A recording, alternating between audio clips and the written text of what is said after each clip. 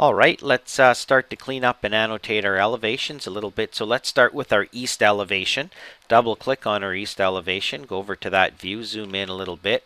So the first thing we want to probably decide is, is this the slope of the roof that we want, etc. We've made it a 9-inch roof type. And we can add some more dimensions in here. Let's go in and add an align dimension and just, for those of us who don't want to read the level lines, click out. We can add that inside of there. We could add some notes as far as siding goes. Let's go over to our Annotate and pick our text button.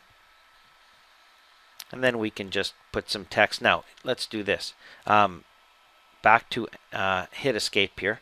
Start our text tool.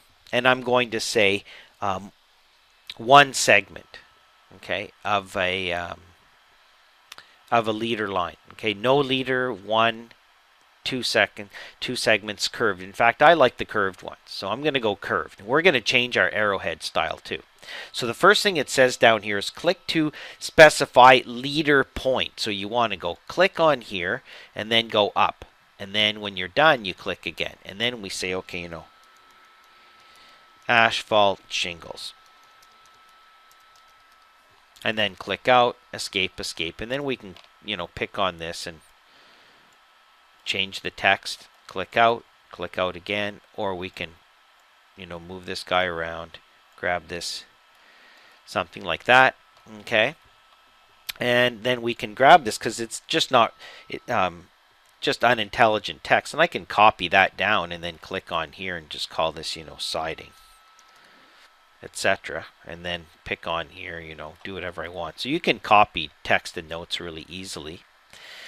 We can, put a note. Now, we probably want to have a grade line or something in here. So let's go to Annotate. Let's draw a detail line. And let's just draw a wide line. Again, I would actually put in the topo surface, but let's just say for all intents and purposes, we're just going to put a line in here like this, hit escape, escape. That's a wide line, and if you turn your thin lines off, you'll see that. And I'm going to go to Annotate and simply put some text in. I'm going to use a curved one again, pick on here, click, and type, grade, click out, escape, escape. Pick on here, move it around, do whatever I want. So just add some text in there, okay? Now the other thing we can do is grab this and do a Control-C. Copies that to the clipboard. Now watch what I can do. I can go to my north elevation and say, zoom in and say Control-V. And then I can place that right about there. Okay, and then I can go to my south elevation, zoom in, Control-V, so copy and paste, about there, and then escape, escape, and then I can click on this guy, nudge it over, pick on my line, drag this over a little bit, okay, and oh, look, this isn't going to work, so let's take it and let's nudge it down. Okay, take this guy, nudge it down.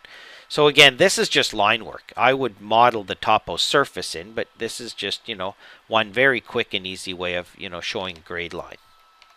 Control-V on the keyboard. You can see the shadow. Click, escape, escape. So that's just kind of one way of doing that. Okay, back to our east elevation. Okay, do we want to add any more text on here? Well, let's add in a little, just to fill it out. Let's add some dimensions on here, like this. Maybe we want to know the height from grade to here, put this in. Maybe we want to know the eaves height. Escape, escape. Okay. And you know what? 30 seconds of an inch is too accurate. I don't want to do that. So watch how we're going to fix this. We're going to go to Manage. We're going to go to Settings. And we're going to go to our settings, project units over here, project units, and we're going to change our project units length to not be 30 seconds of an inch. We only want it to the ½ inch. Hit OK, and that'll solve that problem. Okay. And maybe we'll pull this grid line up a little bit now that we have a dimension in there. Notice the dimension moves with the grid bubbles. Okay, escape, escape. And again, I can take this and pull this back. That doesn't have to be right on there. Okay, so a little bit of information on that east elevation. And then we can go to our sheet view here and zoom out. And there's our east elevation, looking a little bit more robust. We'll come back in our next lesson and have a look over here at this elevation.